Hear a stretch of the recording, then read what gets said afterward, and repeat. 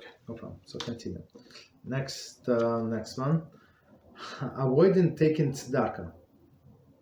I think we had this this question. Our rabbis teach us it's better not to have all the needs for Shabbos than to have it through the generosity of others.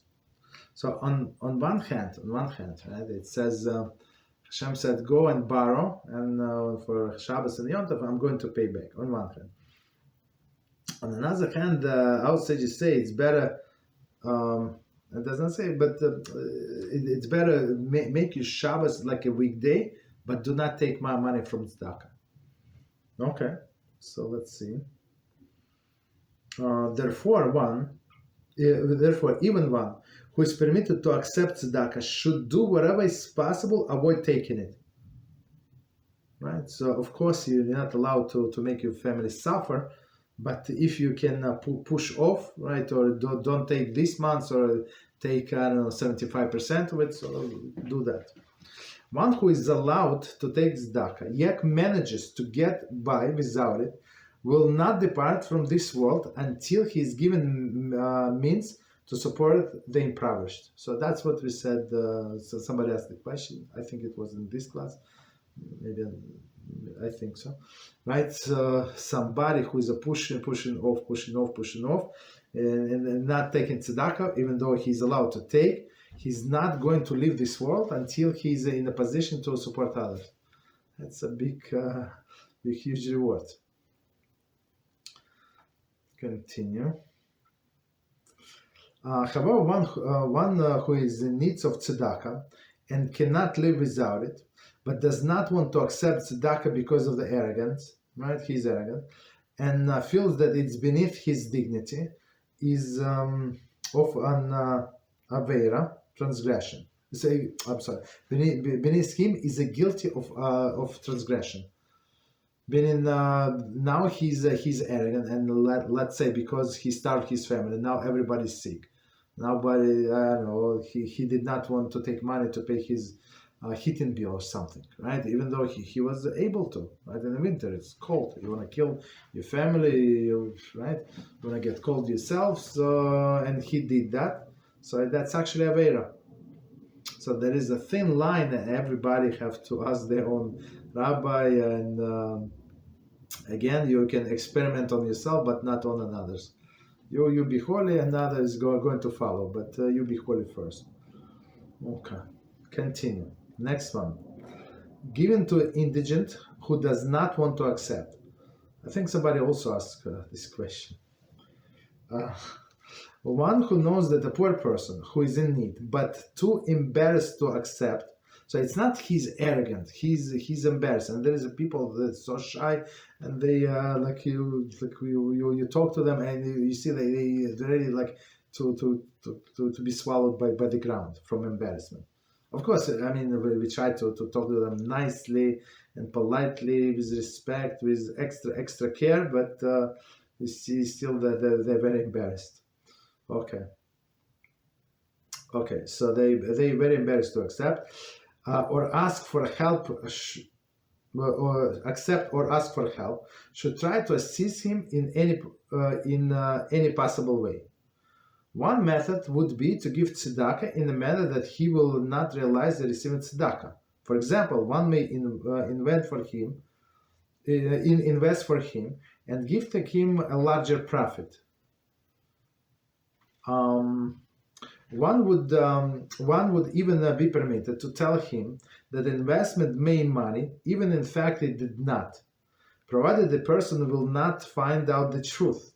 Otherwise, he will realize that what is going on, and it will upset him. And it's actually the continuation of another page. It's a suggestion from a Talmud. How give tzedakah in a respectable way, right? Respectable way. For example, you want to give to Talmid Chacham, so make him a partner in your business, right? How you make him partner? Don't ask him for money.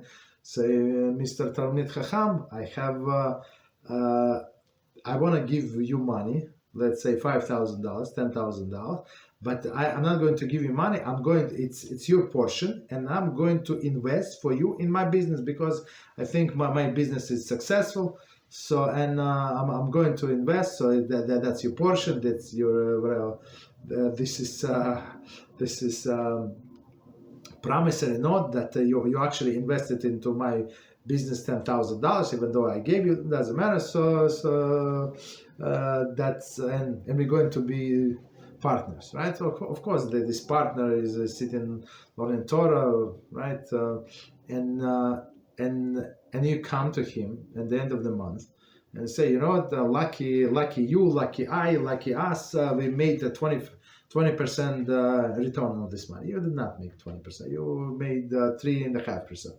So you told him 20. So and he's happy, and you gave him his money. So it's the money that been earned with honor, right? It's not like a tzedakah. Understand? So and we have to be clever, but of course, as he said, so make sure that he would never find out. If it's your if it's your business, your investment, nobody's going to find out. So for I don't know, whatever you do, you buy merchandise, you sell on Amazon, on the platform. I mean, nobody knows. You said I bought sewing machines. I sold like fishing rods. Whatever I sell, I mean, he does not know. He never going to check, and he would never going to find out. Right, but if it's easy to check, so don't do that. Or you're in real estate or something. Okay, so in all of these private businesses, it's very simple, like to tell them whatever you want, and it's not going to be a lie, even though it is not true. But that's you're doing the mitzvah, and otherwise this person is too embarrassed to accept money, and I know people like that. So you have to, me personally, have to sweat a lot, right? And to pursue them in a nice, very nice way that he actually given us a chance, the opportunity to invest this money in your holy family and stuff like that. So, and of course they take, all of them take, but it's not so simple, because again, they're very sensitive people. They're very embarrassed of their situation, and still God-fearing people. Okay, so but that's what we must do. Okay, continue. When a person refuses to seek help on his own, as a last resort, another person may present himself as an indigent in order to raise the necessary funds. This money is given to a poor person. One more time, we're going to explain. When the person refuses to seek help on his own, so he's not going to do it. As a last resort, another person may present himself as an indigent in order to raise the money funds. So he's not like he cannot. This friend of his that is trying to help, he cannot go and start to collect for somebody else. He's not like tzedakah collector. You have to be you have to have the special personality or something, right? But he's I'm collecting for myself, so I'm a poor person myself. So okay, so I mean they say as a last resort, of course we're trying to help another person. Of course, all the money has to go to him, and not to the not even partially to this collector. Because I don't know if you're aware of it, it's actually very, very good business, this fundraising. Very good business. And I have I used to pray in a shul where it was a certain individual, and he was working for some Israeli university, right? Fundraising. So he has actually lived very good life. I don't know how much percentage he would take, maybe, I don't know, 15, 20%, a lot. So it's actually a good way of living. Okay, just need to know how to talk and to whom to talk to, how present your case, and it's very profitable business. Okay.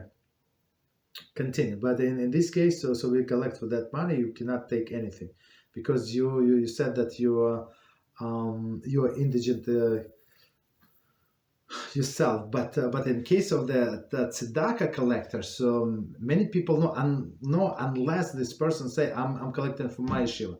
There's a Rosh Yeshiva went to the States to another country to collect for that yeshiva. That's you understand that all of this money are going to yeshiva. But if it's that some other people, of course they take percentage, and it's when you give the money to this organization, so you must understand not everything is going to reach the end point.